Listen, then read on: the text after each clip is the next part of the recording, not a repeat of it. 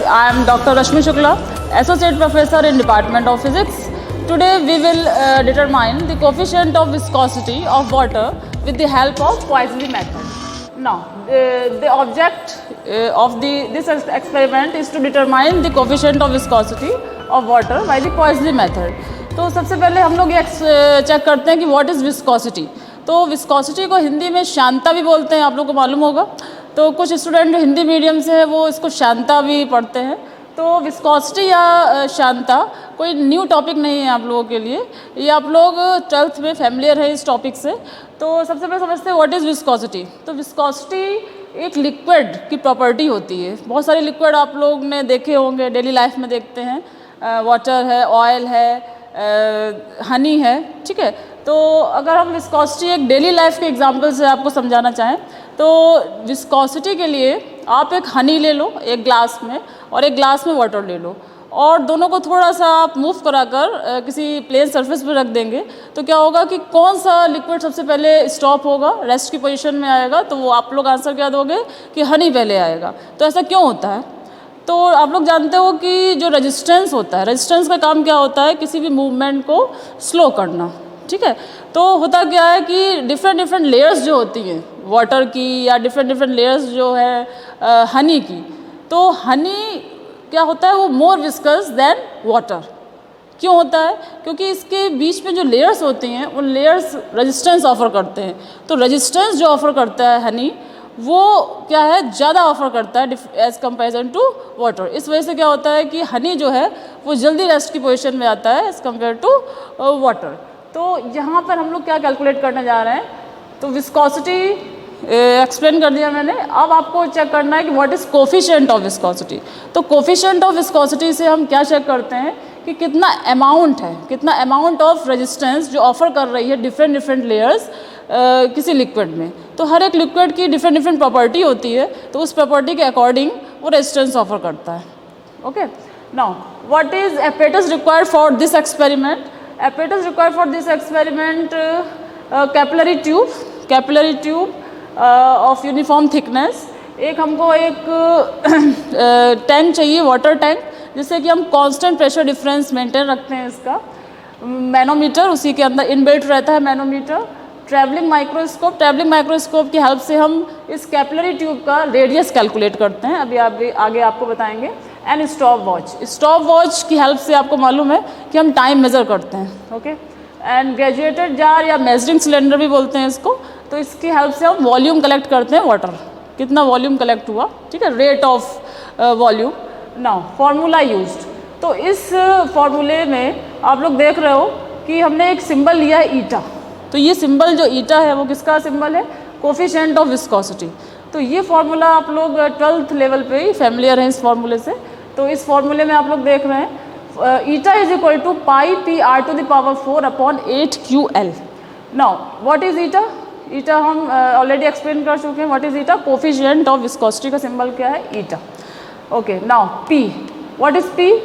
P क्या है? Pressure है. प्रेशर डिफरेंस जो अभी हम आगे मेंटेन करेंगे, कांस्टेंट प्रेशर डिफरेंस पे ही ये बेस्ड है प्रिंसिपल इसका. एंड पी का एक फार्मूला आपने 12th लेवल पढ़ा होगा. What is P? Pressure. And pressure is equal to H rho G. तो H, what is H? H क्या है? Difference of the levels in the manometer arms. तो मैनोमीटर आर्म्स अभी एपेटस में आपको हम शो करेंगे कि manometer arms, what is manometer arms? Rho आप फैमिलियर हो रो से. What is rho? Density of liquid. तो लिक्विड जो हम यहाँ पर यूज़ कर रहे हैं वो क्या लिया है हमने? वाटर का कोफिशिएंट ऑफ विस्कोसिटी कैलकुलेट करने जा रहे हैं. तो रो क्या है? डेंसिटी ऑफ लिक्विड या density of water. Now what is g? G is the acceleration due to gravity, जिसकी वैल्यू आप लोगों को पता है 9.8 मीटर पर सेकेंड स्क्वायर या 980 centimetre per second square. And r to the power 4. तो r, what is r? Radius of the capillary tube. जो कैपिलरी ट्यूब हम लोग यहाँ पर यूज़ कर रहे हैं उसकी रेडियस है, ठीक है. तो वो रेडियस हम लोग CGS सिस्टम या MK सिस्टम, अभी हम आगे आपको कैलकुलेशन में एक्सप्लेन करेंगे तो उसमें कैलकुलेट करके दिखाएंगे कि इसको कैसे चेंज करते हैं. Upon 8QL. Now what is Q? Q देखिए यहाँ लिखा है वॉल्यूम ऑफ वाटर कलेक्टेड पर सेकेंड, यानी कि हमको रेट ऑफ फ्लो यहाँ से चेक करना है, ठीक है. वॉल्यूम ऑफ वाटर कलेक्टेड पर सेकेंड, किस रेट से हम वॉल्यूम कलेक्ट कर रहे हैं वो यहाँ से हम लोग मेज़र करते हैं। एंड एल आप लोग देख रहे हो क्या, what is L? Length of the capillary tube. जो कैपिलरी ट्यूब हम लोग यूज़ कर रहे हैं जिसकी रेडियस कैलकुलेट करेंगे, उसके बाद लेंथ कैलकुलेट करेंगे और इसको कैलकुलेशन के बाद सारी वैल्यूज़ पुट कर देंगे यहाँ पर इस फॉर्मूले में और ईटा की वैल्यू हम फाइंड आउट करेंगे, यानी कितने अमाउंट का रेजिस्टेंस वो पर्टिकुलर लिक्विड ऑफर कर रहा है, ठीक है, वो हम यहाँ से कैलकुलेट कर सकते हैं। यहाँ पर आप लोग 2 यूनिट देख रहे होगे, एक ये यूनिट लिखी है और करके पॉइज लिखी है। तो आप लोग 2 सिस्टम आप लोग पढ़ते हो 10th लेवल से पढ़ते आ रहे हो, एक होता है MKS सिस्टम, एक होता है CGS सिस्टम। तो MKS सिस्टम में ये यूनिट होती है और इसको पॉइज जो होती है वो CGS।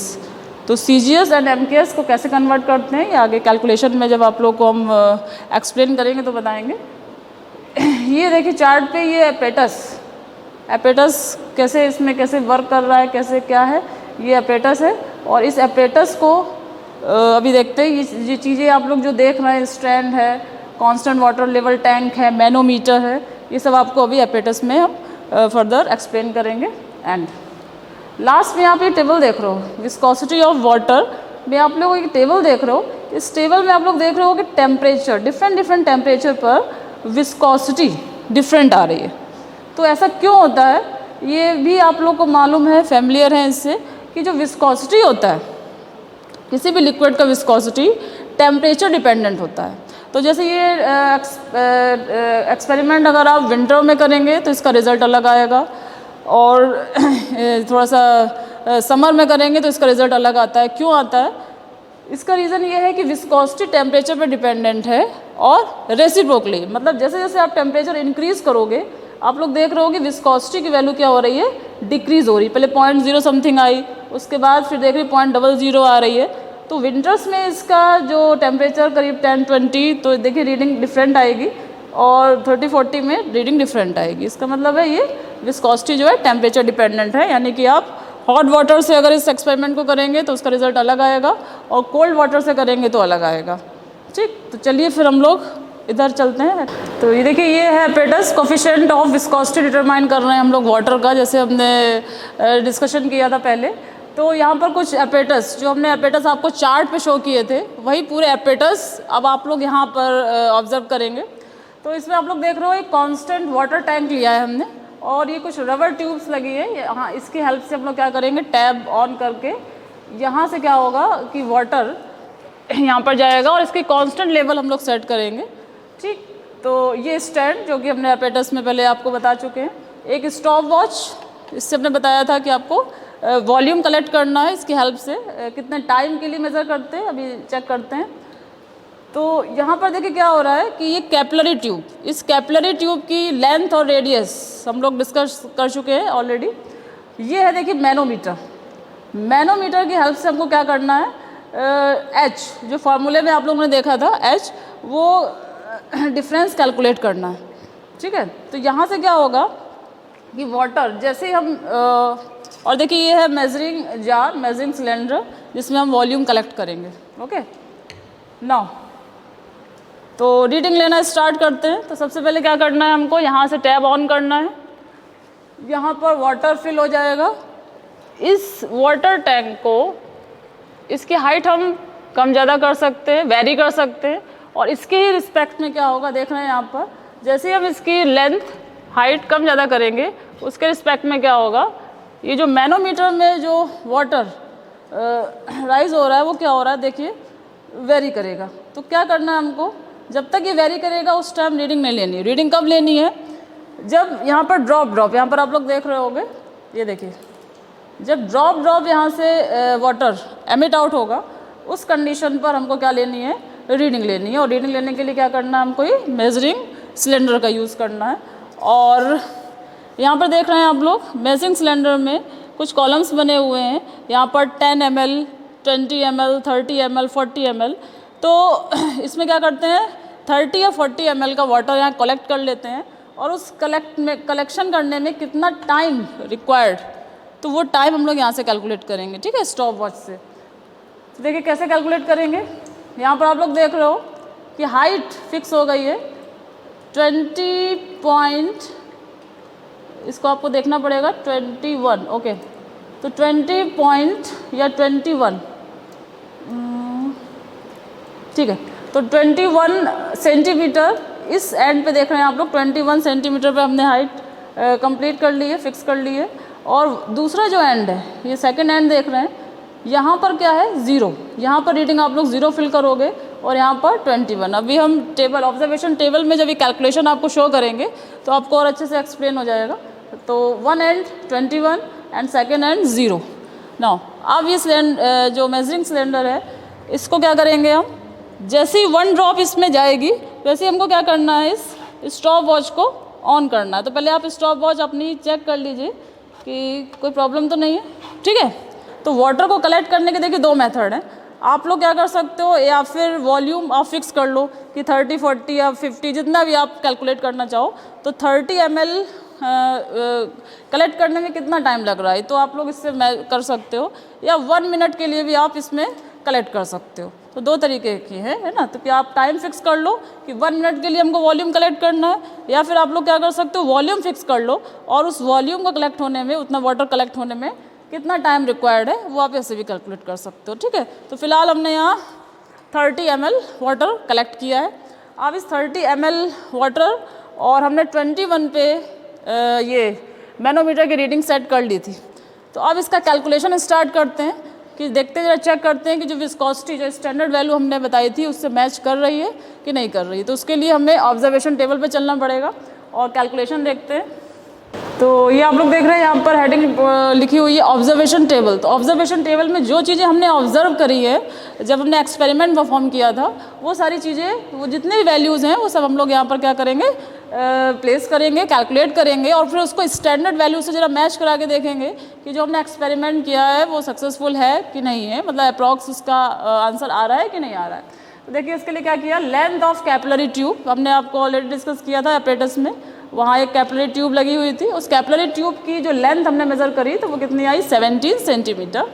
Radius of capillary tube बताया था हमने कि रेडियस फार्मूले में होता है, तो फार्मूले में जो रेडियस है उसके लिए हमें रेडियस कैलकुलेट करनी पड़ेगी कैपिलरी ट्यूब की। तो वो हमने फाइंड आउट कर ली 0.6 मिलीमीटर। ओके ना, 0.6 मिलीमीटर कैलकुलेशन में हम लोग नहीं पुट कर सकते हैं क्योंकि हम बता चुके हैं कि CGS और MKS में जनरली हम लोग कैलकुलेशन करते हैं। तो 0.6 मिलीमीटर को किसमें हमने कन्वर्ट किया, सेंटीमीटर में। और सभी बच्चे जानते हैं कि जब मिलीमीटर को सेंटीमीटर में कन्वर्ट करते हैं तो 10 से डिवाइड करते हैं, तो 0.06 सेंटीमीटर। तो लेंथ और रेडियस हमने कैलकुलेट कर ली। तो फार्मूले में आप लोग देख रहे हो रेडियस, लेंथ ये आपने कैलकुलेट कर ली है और G की वैल्यू नोन रहती है सभी को। रो है डेंसिटी ऑफ वाटर, तो डेंसिटी ऑफ वाटर यहाँ पर 1 है, 1 ग्राम पर सेंटीमीटर क्यूब, ठीक है। पाई की वैल्यू नोन है। तो हमारा मेन एम अब क्या रह गया, H/Q कैलकुलेट कर लें। तो H/Q के लिए अभी अभी जो हमने रीडिंग वहाँ से फाइंड आउट करी है वो यहाँ पर फिल करेंगे और जो H/Q की वैल्यू फाइंड आउट करेंगे कितना आता है। ओके नाउ मैनोमीटर रीडिंग, ये 1 एंड ये सेकेंड एंड। तो 1 एंड पे हमने 21 सेंटीमीटर और सेकेंड एंड पे हमने बताया था वाटर लेवल हमारा क्या था, बिल्कुल 0 पे था। तो 21 और यहाँ पर क्या लिखा, A-V प्रेशर डिफरेंस। तो प्रेशर डिफरेंस कितना आएगा, 21 - 0 यानी कि 21। ओके ना वॉल्यूम, वॉल्यूम क्योंकि हमने वॉल्यूम ऑलरेडी कंसिडर कर लिया था कि हम 30 ml 30 centimetre cube water collect करेंगे, उसके लिए कितना टाइम लगेगा वो मेज़र करेंगे। तो हमने यहाँ पर 30 ml वॉल्यूम कलेक्ट किया था और उसके लिए हमें टाइम लगा था 60 सेकेंड्स। तो टाइम को हम सेकंड्स में लेंगे, अगर आपने मिनट में भी कैलकुलेट किया है तो उसको सेकंड में कन्वर्ट कर लेंगे। Okay now Q = V/T। फार्मूले में हमने बताया था Q क्या है, रेट ऑफ वॉल्यूम, जितना मतलब वाटर कितना कलेक्ट कर रहे हैं पर सेकेंड। तो उसके लिए क्या करना पड़ेगा, 30/60। तो VA हो गया TA, तो 30/60। तो कैलकुलेशन के बाद जो भी वैल्यू आएगी, ठीक, तो वो हम यहाँ पर लिख लेंगे, ठीक है। तो करीब 0.5, ठीक है। तो 0.5 की वैल्यू हमारी आ गई। अब क्या करना है, H/Q। H आप लोग देख रहे हो, H क्या है 21। तो 21/Q हमने ऑलरेडी बता दिया कितना, 0.5। ओके तो इसको कैलकुलेट करेंगे तो H/Q, अब देखिए फॉर्मूले में H/Q चाहिए था हमको, वो मिल गया। सारी वैल्यूज़ पुट करते हैं। वैल्यूज़ पुट करने के लिए क्या क्या लेंगे, देखिए पाई की वैल्यू 3.14, रो 1, जी। अब जी के लिए दो ऑप्शन है आपके पास, आप 9.8 भी ले सकते हो और 981 या 980 ले सकते हो। तो हम यहाँ पर क्योंकि CGS में कैलकुलेशन करना चाहते हैं, क्योंकि हमारे पास जो चार्ट है, चार्ट में पॉइज में जो स्टैंडर्ड वैल्यू है वो पॉइज में है और पॉइज CGS यूनिट होती है। तो इसके लिए क्या करना है, हम लोग जी की वैल्यू 980 रखेंगे, ना कि 9.8। अगर 9.8 भी आप रखना चाहते हो तो रख सकते हो, लेकिन उसमें थोड़ा सा यूनिट कन्वर्जन ज़्यादा कॉम्प्लिकेटेड हो सकता। तो 980, आर की वैल्यू सेंटीमीटर में तो 0.06 पावर 4, ठीक है, अपॉन 8 × L, और L की वैल्यू हमने ऑलरेडी मेज़र कर ली है, यानी कि कैपिलरी ट्यूब की लेंथ 17। H/Q, ये कैलकुलेशन के बाद ये वैल्यू जो भी आई तो 21/0.5। इसको कैलकुलेट करके हम लोग चेक करते हैं कैलकुलेटर का यूज़ करके। और आज की डेट में जो टेम्परेचर है, सपोज़ करिए आपका 0.00 समथिंग कुछ वैल्यू आ रही है, अगर इतने पॉइज, ठीक है, 0.00 के बाद जो भी वैल्यू आ गई उसको हम क्या करेंगे, स्टैंडर्ड वैल्यू से मैच कराएंगे। अब स्टैंडर्ड वैल्यू आपको मालूम है वेरी करती है, टेम्परेचर डिपेंडेंट होती है। तो होता क्या है कि इस समय जैसे अप्रैल का मंथ है, मई में आप लोग करोगे, जब भी ये एक्सपेरिमेंट परफॉर्म करते हैं तो हमने बताया ना टेम्परेचर डिपेंडेंट होती है। तो जो भी टेम्परेचर होगा 20 to 40, 20 to 30 डिग्री या 30 to 40 डिग्री, उस पर आपका ये बेस्ड होगा जो कैलकुलेशन, जो भी स्टैंडर्ड वैल्यू आएगी उसको हम मैच कराएंगे।